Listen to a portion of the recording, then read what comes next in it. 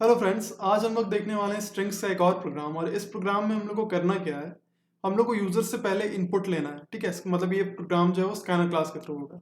तो इनपुट क्या लेना है, तो एक स्ट्रिंग पहले इनपुट लेना है यूजर से, जो कि एक वर्ड भी हो सकता है, एक सेंटेंस भी हो सकता है। तो यूजर एक स्ट्रिंग एंटर करेगा और उसके बाद आपको क्या करना है कि यूजर से एक और एंट्री लेना है, कैरेक्टर एंट्री लेना है। तो मान लो यूजर एक कैरेक्टर एंट्री करेगा, जैसे कि ABCD या कोई कोई भी कैरेक्टर, कोई भी एक अल्फाबेट या कोई भी एक डिजिट, कुछ भी एंटर करेगा, एक कैरेक्टर एंटर करेगा। और तुमको बताना ये है कि वो कैरेक्टर का फ्रीक्वेंसी, मतलब वो कैरेक्टर कितने बार अकर कर रहा है उस स्ट्रिंग में जो कि यूजर एंटर किया है।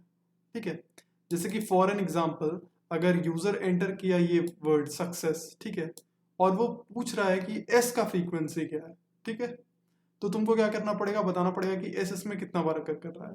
तो अगर तुम कैपिटल और इसको इग्नोर कर रहे हो तो एस देखो देखो इसमें 3 बार अकर कर रहा है। ठीक है, 3 बार अकर कर रहा है, 2 बार यहाँ पे और 1 बार सबसे शुरू में।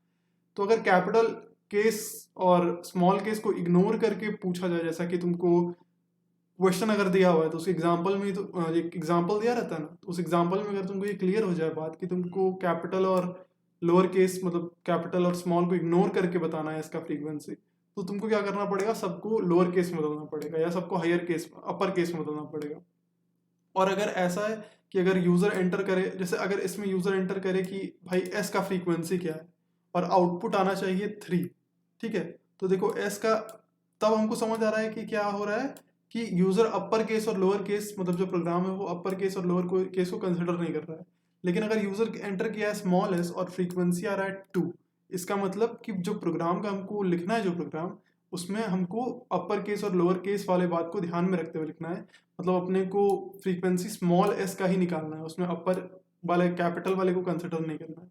लेकिन मान लेते हैं कि हम लोग को क्या दिया हुआ है कि आपको कैपिटल, इस केस में आपको आउटपुट देना है S = 3, मतलब कि एस 3 बार कर रहा है। ठीक है, कैपिटल और स्मॉल को हम लोग इग्नोर कर रहे हैं यहाँ पे। तो इस केस में हम लोग करेंगे क्या कि स्कैनर क्लास के थ्रू पहले तो यूजर से एक स्ट्रिंग एंट्री करवा लेंगे। ठीक है, स्कैनर क्लास का यूज तो हम लोग कर रहे हैं, दिख ही रहा है पहला लाइन में, यूटिल पैकेज यूज कर रखे हैं। तो सबसे पहले SOPLN एंटर स्ट्रिंग, और यूजर जो भी एंटर करेगा स्ट्रिंग उसको हम लोग एस में स्टोर कर लेंगे। उसके बाद हम लोग यूजर से कैरेक्टर भी चाहिए हम लोग को, तो वो कैरेक्टर भी यूजर से ले लेते हैं और उसको हम लोग स्टोर कर लेते हैं सी में।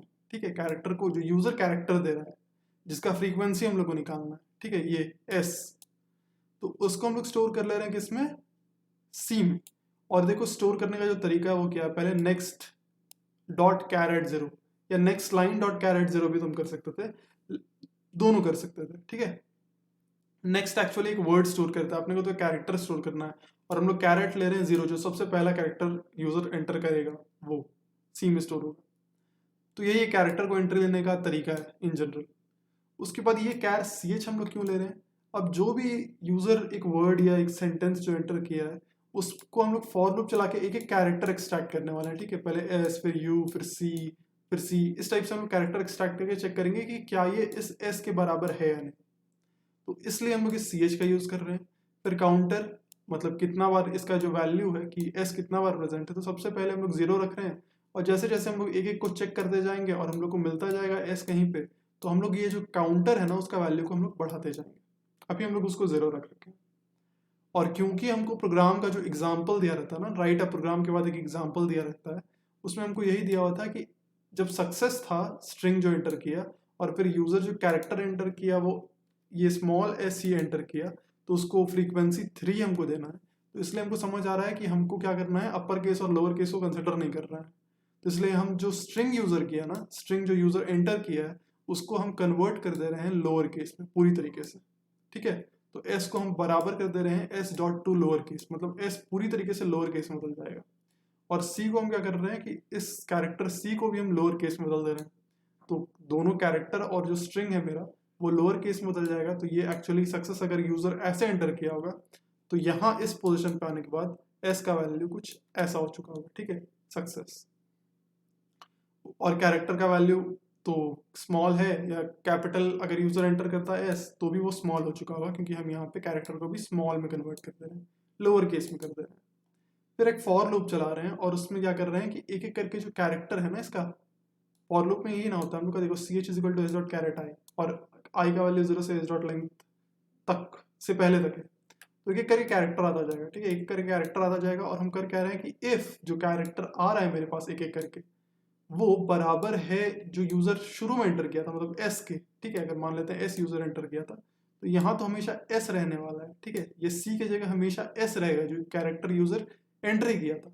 लेकिन सी एच जो है वो अगल मतलब जब लूप रन करते रहेगा ना, आई का वैल्यू चेंज होता रहेगा, तो सी एच का वैल्यू अलग अलग होते रहेगा। सबसे पहले एस होगा, फिर यू होगा, फिर सी होगा, फिर सी होगा, और इस तरीके से एस तक जाएगा, है ना। मतलब एक एक करके चेंज होते जाएगा।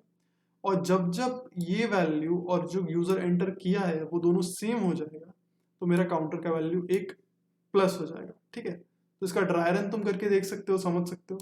तो इस वजह से क्या होगा कि जब भी एस मिलेगा हमको, यहाँ पे पहला एस मिलेगा, तो काउंटर का वैल्यू एक बढ़ चुका होगा। फिर U not equal to U equal to S तो होगा नहीं, तो हमको मैं काउंटर का वैल्यू नहीं बढ़ेगा। फिर यहाँ भी काउंटर का वैल्यू नहीं बढ़ेगा। फिर काउंटर का वैल्यू बढ़ेगा तुम्हारा इस एस में।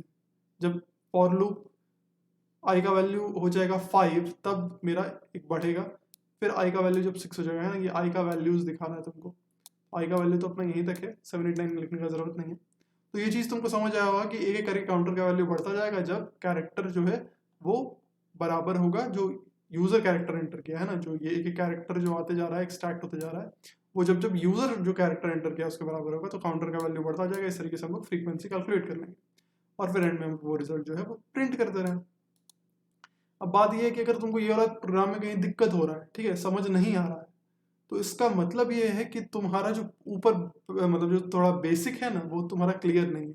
तो जो हम पहले प्रोग्राम डाले हुए हैं उसको जाके मेरे प्लेलिस्ट में देख सकते हो या चैनल में देख सकते हो।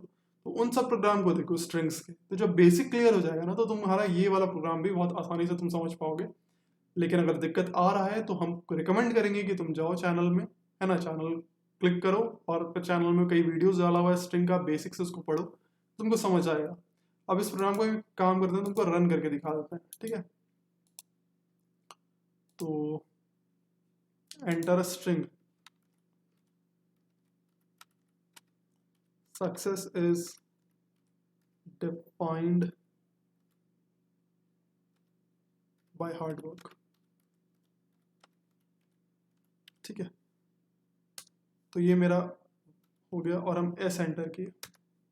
देखो फ्रीक्वेंसी ऑफ एस क्या आया, 4 आया, क्योंकि एस कितना बार है, एक यहाँ पे, एक यहाँ पे, एक यहाँ पे, है ना। मतलब सक्सेस में 3 बार और एक इज में 1 बार, तो कुल मिला के इसका फ्रीक्वेंसी इसका 4 हो रहा था। तो हम एक सेंटेंस एंटर कर दिए, तुमको वर्ड एंटर करना था तो तुम वर्ड भी एंटर कर सकते थे, तो काम तुम्हारा हो जाता। और अगर क्वेश्चन बोल रहा था कि आपको वर्ड ही एंटर करना है, मतलब आप सेंटेंस एंटर नहीं कर सकते, तो आप एक चेंज कर सकते थे इस प्रोग्राम में। और वो चेंज क्या होता, तो वो चेंज होता कि एस को आप नेक्स्ट लाइन ना लेके नेक्स्ट ले लेते, तो आप सिर्फ वर्ड ही एंटर कर सकते थे, लाइन नहीं एंटर कर सकते थे। लेकिन हम लोग इसको रखें नेक्स्ट लाइन, क्योंकि हम लोग को मन था कि हम लोग लाइन में एंटर कर सकें। तो अगर ये वीडियो समझ आया हो, है ना, ये प्रोग्राम समझ आया हो, ये वीडियो अच्छा लगा हो, तो वीडियो को लाइक कर देना, शेयर कर देना, चैनल को सब्सक्राइब कर देना। कोई भी डाउट है ना, कोई भी प्रोग्राम से रिलेटेड या कोई भी बोर्ड एग्जाम रिलेटेड या कुछ भी, अगर कोई डाउट है, कोई समस्या है, उसको कमेंट सेक्शन में लिख देना। और बस यही, सब्सक्राइब कर देना चैनल को। Thanks for watching.